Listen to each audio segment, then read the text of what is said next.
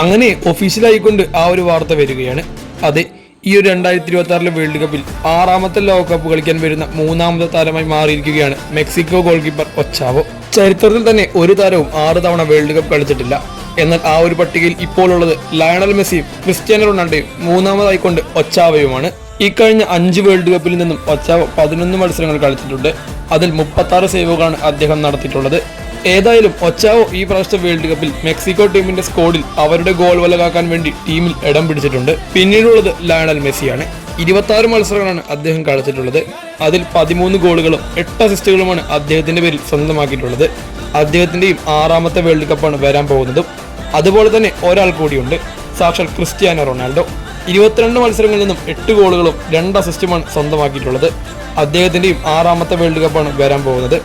ചരിത്രത്തിൽ തന്നെ 6ാമത്തെ world cup കളിക്കാൻ പോകുന്ന താരങ്ങൾ എന്ന റെക്കോർഡ് ഈ ഒരു 3 പേരുടെയും പേരിലാണ്.